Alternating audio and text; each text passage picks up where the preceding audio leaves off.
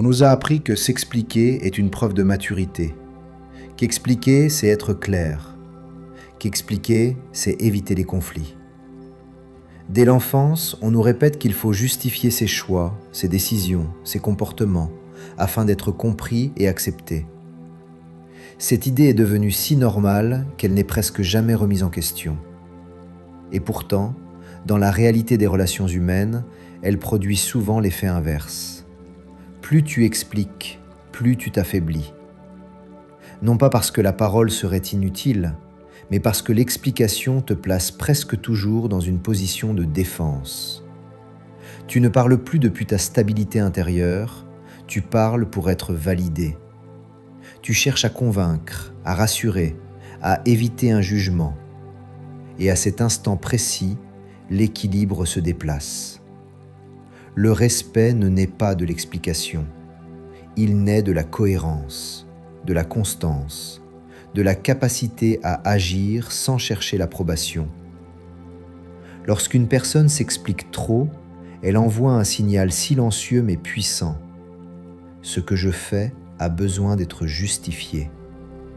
Et tout ce qui a besoin d'être justifié peut être remis en question. Les stoïciens avaient une compréhension très fine de ce mécanisme. Ils savaient que l'homme qui agit selon ce qu'il juge juste n'a aucune raison de se défendre. Il n'a pas besoin d'expliquer sans cesse ses choix, car ses actes s'inscrivent dans une logique stable. Celui qui se justifie, en revanche, montre qu'il doute de sa propre légitimité.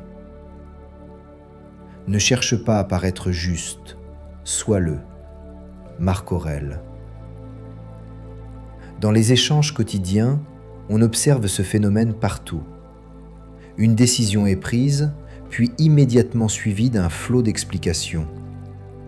Une limite est posée, puis longuement détaillée. Un refus est prononcé, puis accompagné d'excuses et de justifications.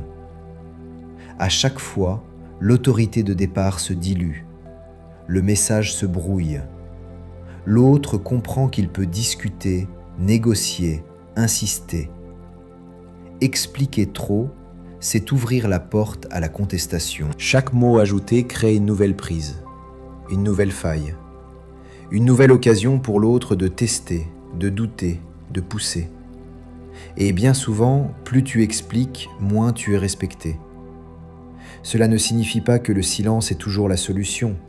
Le stoïcisme n'est pas un mutisme rigide, mais il distingue clairement la clarté de la justification. Être clair, c'est énoncer un fait ou une décision.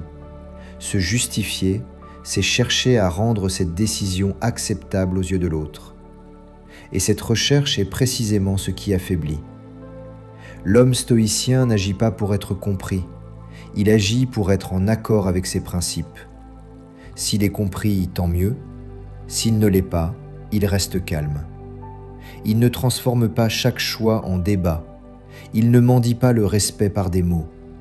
Il le laisse émerger naturellement de sa cohérence. Dans cette vidéo, nous allons explorer une loi simple mais dérangeante. Plus tu expliques, plus tu perds.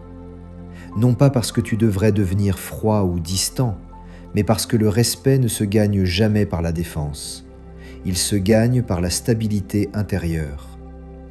Nous verrons pourquoi expliquer revient souvent à demander une autorisation implicite, comment les explications ouvrent des failles invisibles, et pourquoi le respect durable naît toujours des actes, jamais des discours. Et surtout, nous verrons quand parler est juste et quand se taire est plus digne. Car la véritable force ne consiste pas à convaincre, elle consiste à être. Chaque fois que tu expliques trop, tu fais bien plus que transmettre une information. Tu envoies un signal implicite, celui que ta décision dépend encore du regard de l'autre. L'explication excessive n'est presque jamais neutre. Elle naît rarement d'un simple souci de clarté. Elle naît d'un besoin plus profond, être accepté, éviter le conflit, préserver une image. Dans les dynamiques humaines, le pouvoir ne se joue pas dans ce qui est dit explicitement, mais dans ce qui est sous-entendu. Lorsque tu expliques longuement un choix, tu indiques inconsciemment qu'il pourrait être remis en cause. Tu montres que tu es prêt à le défendre, donc à le négocier. Et dès cet instant, l'autre se sent autorisé à intervenir. Il existe une différence fondamentale entre informer et expliquer. Informer consiste à poser un fait. Expliquer consiste à rendre ce fait acceptable. Le premier est vertical, le second est horizontal. Le premier affirme, le second demande. Même si l'intention est bonne, l'effet est souvent le même. L'autorité se dilue. Les stoïciens comprenaient que l'homme libre n'a pas besoin de convaincre pour agir. Il agit selon sa raison, non selon la réaction attendue. Lorsqu'il commence à expliquer, il quitte le terrain de la raison pour entrer dans celui de la justification. Et la justification est toujours une défense anticipée. Celui qui se justifie se place déjà en position d'accusé. Sénèque. Dans la vie quotidienne, ce mécanisme est constant. Une personne pose une limite, puis se sent obligée de la détailler. Une décision est prise, puis immédiatement accompagnée d'un discours rassurant. À chaque fois, l'autre comprend que cette limite peut être discutée. Il teste, il insiste, il demande plus. Et plus tu expliques, plus tu renforces ce comportement. Expliquer dans ces situations revient à demander une autorisation implicite. Tu cherches à être compris avant d'être respecté. Or, le respect ne fonctionne pas ainsi. Il précède la compréhension. On respecte quelqu'un parce qu'il est stable, pas parce qu'il est persuasif. Le stoïcien accepte que ses choix ne soient pas toujours compris. Il ne ressent pas le besoin de les rendre agréables ou acceptables. Il sait que toute tentative de plaire affaiblit la clarté intérieure.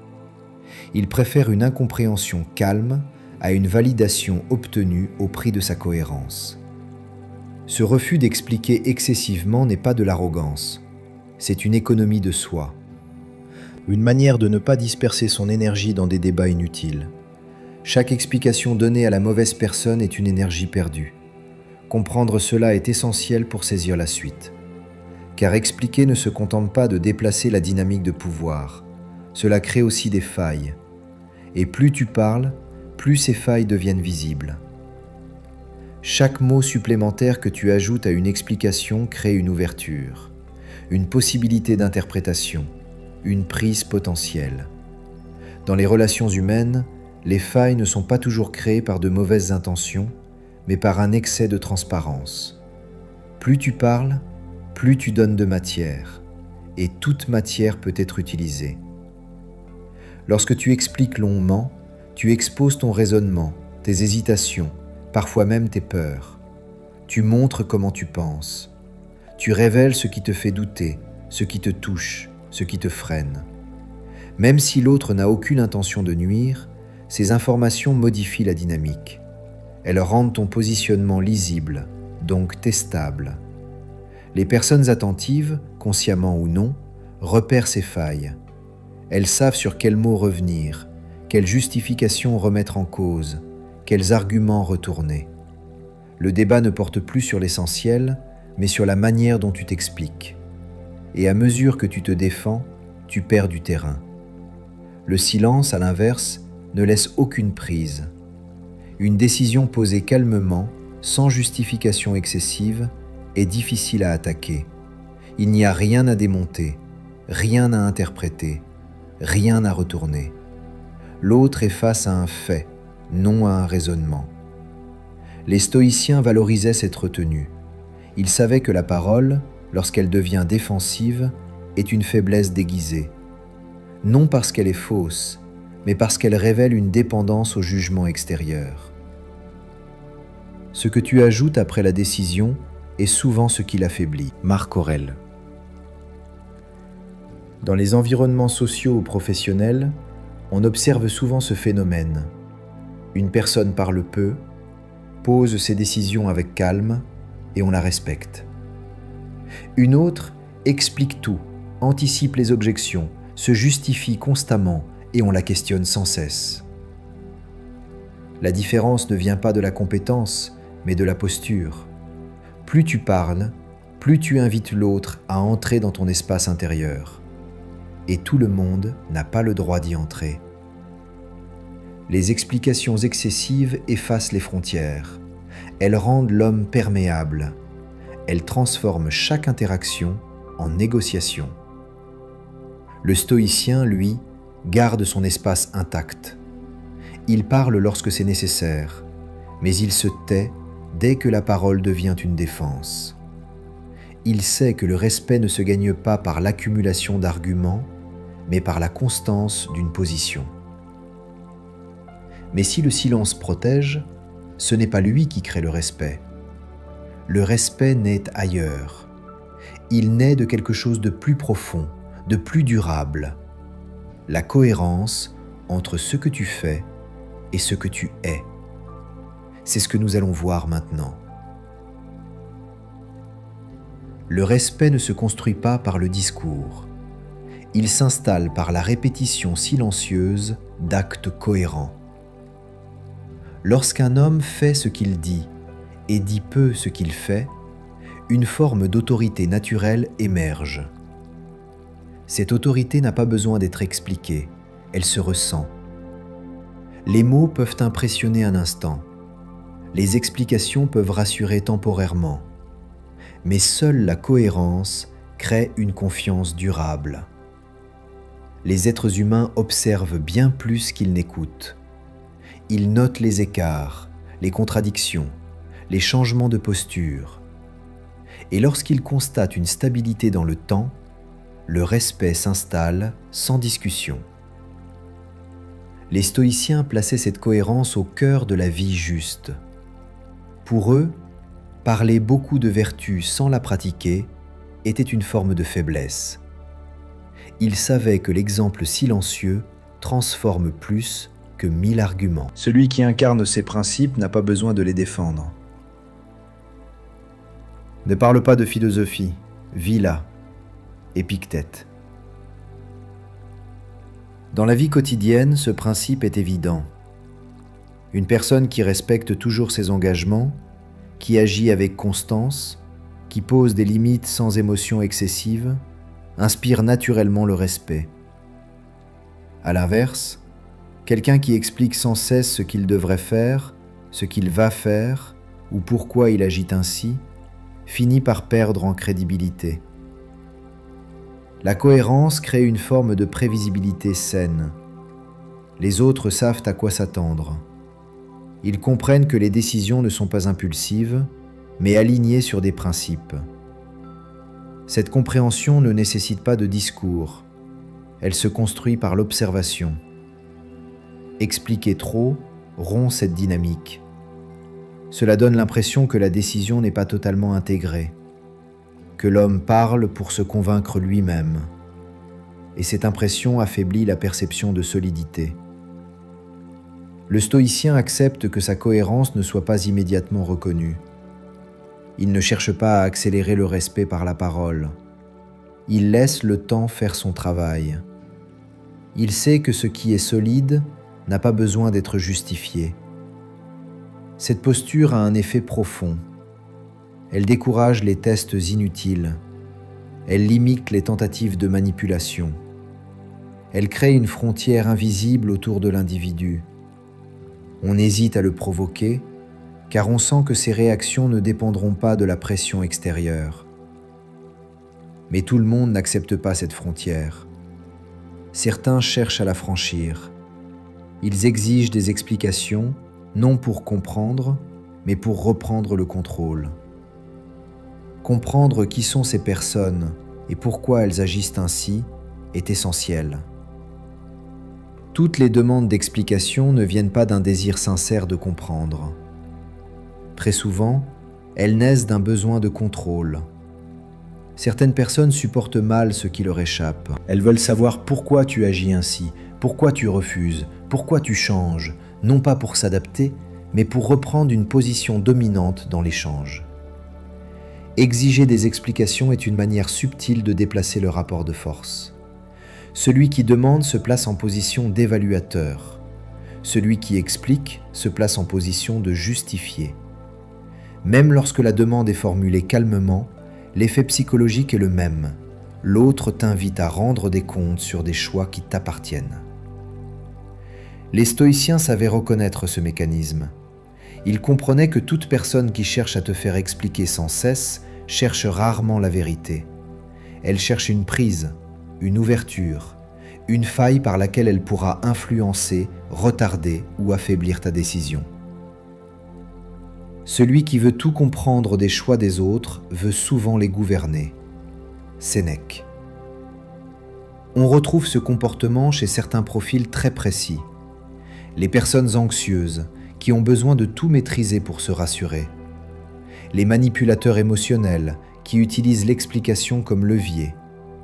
Les esprits dominateurs, qui supportent mal de ne pas être consultés. Et parfois même chez des proches, non par malveillance, mais par incapacité à accepter ton autonomie.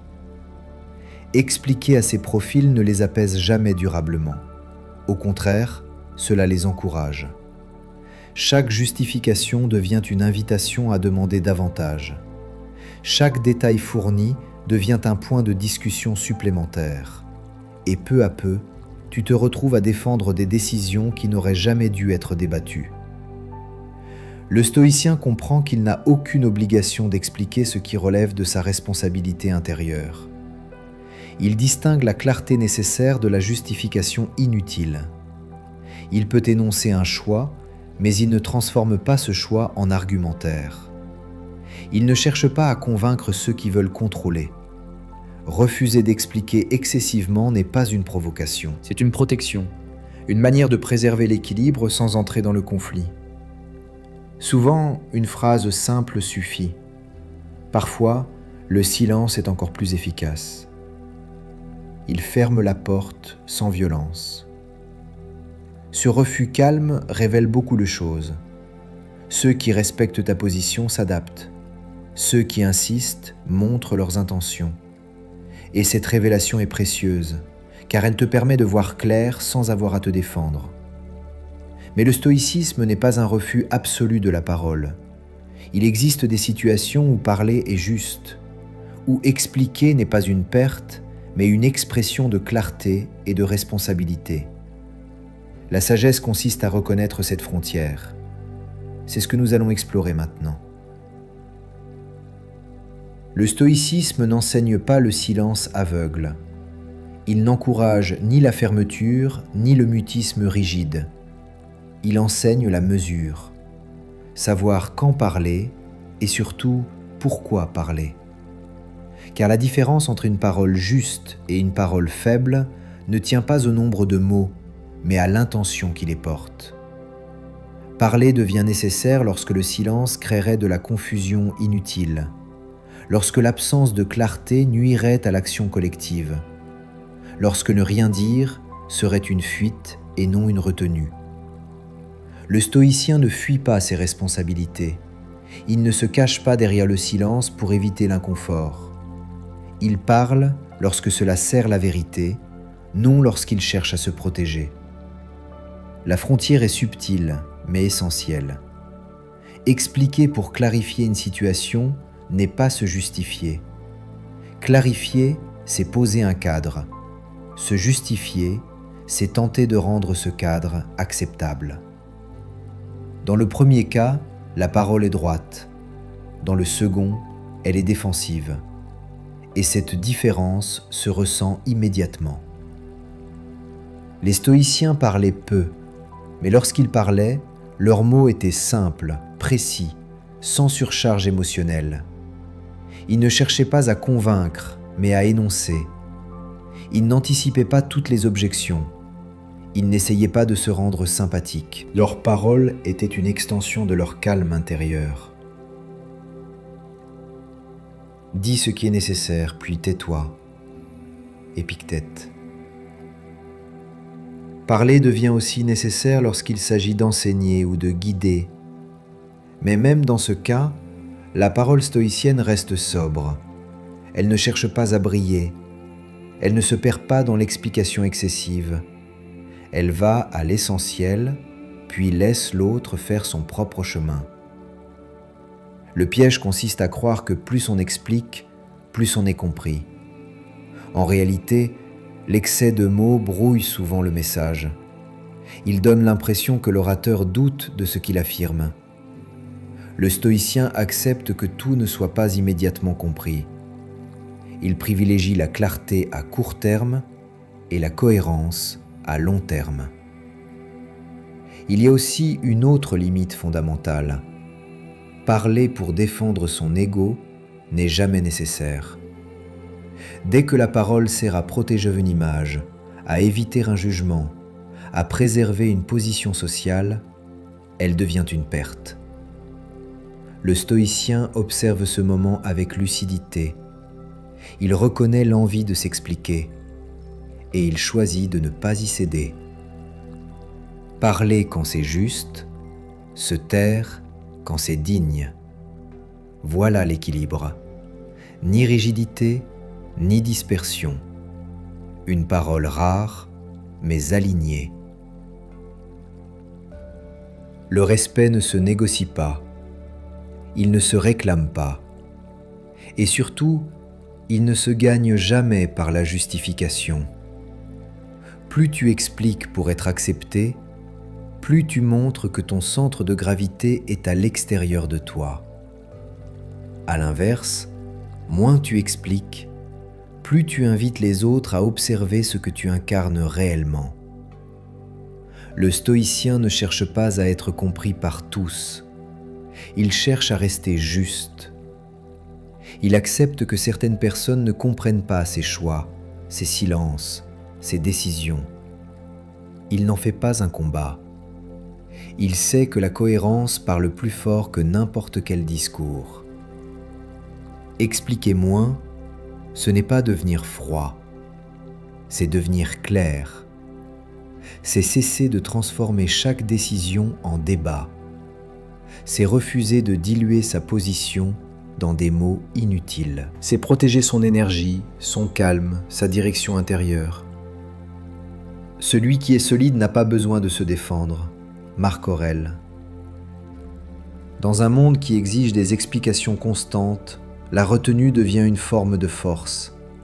Elle crée une gravité naturelle. Elle impose une limite invisible. Elle force le respect, non par domination, mais par stabilité. Moins expliquer, c'est perdre l'illusion du contrôle sur la perception des autres. Mais c'est gagner quelque chose de bien plus précieux, la maîtrise de soi. Et cette maîtrise, silencieuse et constante, est la seule forme de respect qui dure.